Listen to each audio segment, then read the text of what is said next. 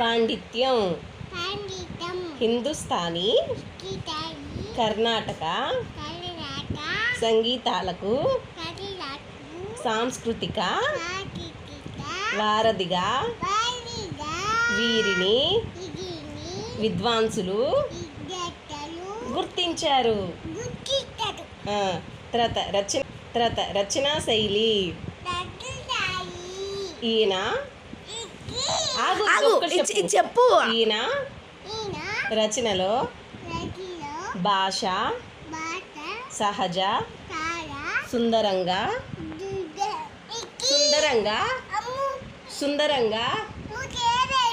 సరే సుందరంగా సరళంగా సరే సరళంగా చెప్పు అమ్మి చూస్తుంది చెప్పు.